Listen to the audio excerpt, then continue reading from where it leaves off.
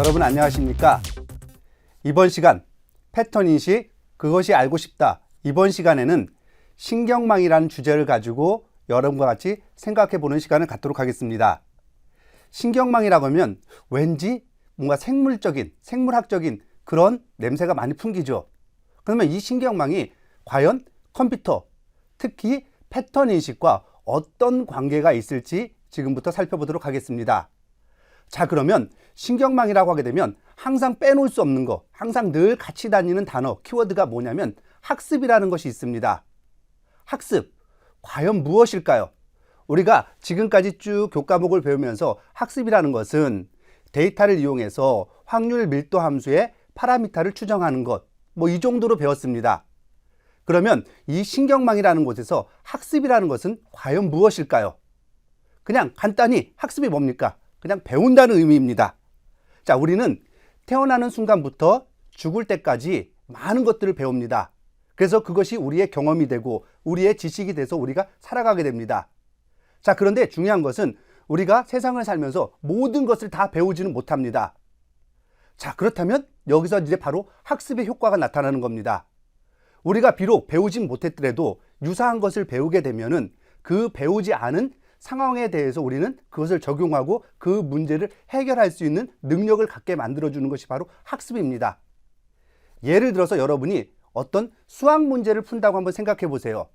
여러분이 기본 개념에 충실해서 예를 들면 방정식의 수학 문제를 풀었습니다.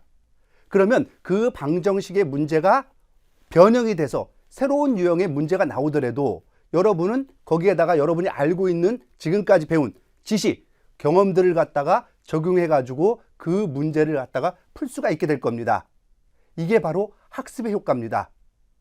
그렇다면 만약에 컴퓨터에게 학습이라는 능력을 갖다가 부여한다면 어떻게 될까요? 컴퓨터가 데이터로부터 스스로 뭔가를 배워서 그리고 스스로 생각해서 어떤 새로운 데이터, 새로운 상황, 새로운 환경이 주어졌을 때 거기에 적응할 수 있는 컴퓨터, 그런 컴퓨터를 갖다가 우리가 한번 만들어 보자. 그래서 컴퓨터에게, 기계에게 지능을 부여하고자 하는 연구가 바로 무엇이냐면 기계학습, 머신러닝이라는 것이고, 그리고 그것을 갖다가 구현하기 위한 하나의 접근법이 바로 무엇이냐면 신경망이라는 겁니다. 그래서 이런 신경망을 갖다가 패턴 인식에 적용하면 과연 어떤 장점이 있을까? 어떻게 적용할까? 하는 것들을 생각해 보는 시간을 갖도록 하겠습니다. 자, 그러면 제일 먼저 볼 것은 무엇이냐면 바로 인간의 뇌와 흔히 우리가 말하는 CPU, 중앙처리장치입니다. 우리가 CPU를 갖다가 설명할 때 보통 많은 사람들은 인간의 두뇌라는 거에 비유를 해가지고 설명을 하곤 합니다. 즉, 인간에 있어서 가장 핵심적인 정보가 처리되는 부분이 바로 뇌고, 컴퓨터에 있어서는 바로 핵심적인 정보가 처리되는 부분이 바로 중앙처리장치입니다. 그렇기 때문에 그런 관점에서 보면은 CPU, 중앙처리장치를 인간의 뇌에 비유해가지고 설명하는 것도 어느 정도 설득력이 있는 좋은 방법이 될 겁니다. 자, 근데 한 가지 생각해 볼 것은 과연 무엇이냐면은 CPU와 인간의 두뇌는 어떤 구조적인 차이가 있을까?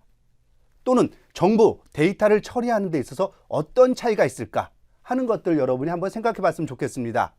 우리가 일반적으로 CPU 하게 되면 CPU 안에, 중앙처리장치 안에는 산술논리 연산장치와 그리고 제어장치, 그리고 레지스터 등으로 구성되어 있어가지고 기억장치에 있는 명령어를 갖다가 하나씩 가져와서 그 다음에 그것을 갖다가 해독을 한 다음에 산술논리 연산장치에서 그것을 처리해서 우리가 원하는 결과를 만든 다음에 레지스터 등의 저장장치에 저장하는 이와 같은 일련의 과정을 반복함으로써 우리가 원하는 작업을 처리하게 됩니다.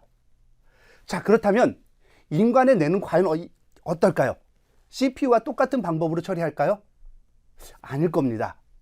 인간의 뇌는 신경세포, 영어로 하면 뉴런이라는 아주 간단한 구조와 기능을 수행하는 이런 신경세포들이 매우 복잡한 구조로 연결되어 있어서 그래서 우리가 원하는 지능적인 정보 처리 기능을 갖다가 수행하는 것이 바로 인간의 뇌가 됩니다. 자, 그럼 이런 구조적인 차이가 있습니다. 그러면 이런 구조적인 차이는 과연 처리 능력에 있어서 어떤 차이를 갖다가 야기시킬까요? 여러분 컴퓨터 하게 되면 쉽게 산술연산, 논리연산, 비교연산 같이 단순하면서도 정형적인 이런 반복적인 연산을 갖다가 많은 그런 작업을 갖다가 수행하는데 아주 효과적입니다. 그래서 그런 작업들 같은 경우 예를 들면 정렬이라든가 탐색이라든가 하는 이와 같은 업무에 컴퓨터를 이용한다. 그러면 분명한 것은 사람보다 훨씬 더 효과적으로 빠르게 잘 처리할 수가 있습니다. 자, 그런데 인간은 어떨까요? 인간은 분명히 산술연산 이런 거 보면 컴퓨터와 따지다면 뒤질 겁니다. 근데 인간이 잘하는 게 뭡니까? 지능적인 정보 처리. 예를 들면 무엇을 인식한다든가 무엇을 인지한다든가 판단한다든가 또는 무엇을 분류하고 예측한다든가 하는 이와 같은 작업에 있어서는 결국은 무엇이 변수고 어떻게 처리할지 명확하지 않은 이와 같은 지능적인 작업에 있어서는 분명한 것은 컴퓨터보다 아직까지는 사람이 훨씬 더 낫다 하는 겁니다. 그래서 이와 같은 결국 인간의 뇌의 구조와 인간의 뇌에서 처리가 되는 그와 같은 방법을 모방해 가지고 컴퓨터로 하여금 지능적인 복잡한 정보 처리를 하게끔 하고자 하는 연구 분야가 바로 무엇이냐면 신경망이다. 이렇게 여러분이 이해를 하시면 되겠습니다.